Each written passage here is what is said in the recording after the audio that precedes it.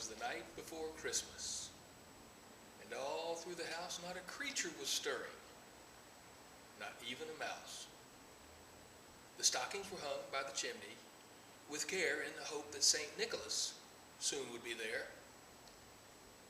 The children were nestled all snug in their beds while visions of sugar plums danced in their heads.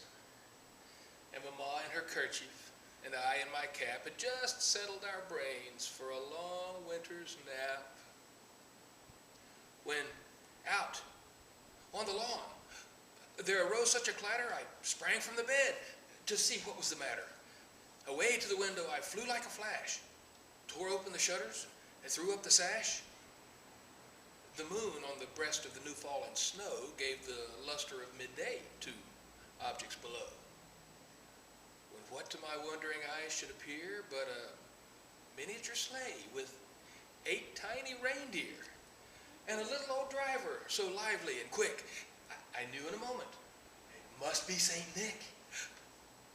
More rapid than eagles his coursers they came, and he whistled and shouted and called them by name. Now Dasher, now Dancer, now Prancer and Vixen, on Comet, on Cupid, on Donner and Blitzen, to the top of the porch, to the top of the wall. Now dash away, all. As dry leaves that before the wild hurricane fly, when they meet with an obstacle, mount to the sky, so up to the housetop the coursers they flew with that sleigh full of toys. And St. Nicholas too. And then in a twinkling I heard on the roof the prancing and pawing of each little hoof. As I drew in my head and was turning around, down the chimney St. Nicholas came with a bound. He was dressed all in fur from his head to his foot, and his clothes were all tarnished with ashes and soot. A bundle of toys he had flung on his back. He looked like a peddler just opening his pack. His eyes, how they twinkled, his dimples, how merry. His cheeks were like roses, his nose like a cherry. His droll little mouth was drawn up like a bow, and the beard of his chin was as white as the snow.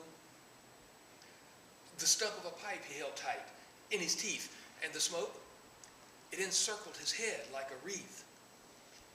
He had a broad face and a little round belly that shook when he laughed, like a bowl full of jelly.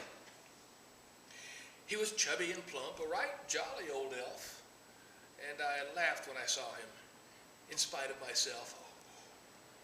A wink of his eye and a twist of his head soon gave me to know I had nothing to dread. He spoke not a word, but went straight to his work. He filled all the stockings, then turned with a jerk, and laying a finger aside of his nose and giving a nod, up the chimney he rose. He sprang to his sleigh, to his team gave a whistle, and away they all flew like the down of a thistle. But I heard him exclaim ere he drove out of sight, "Happy Christmas to all, and to all a good night."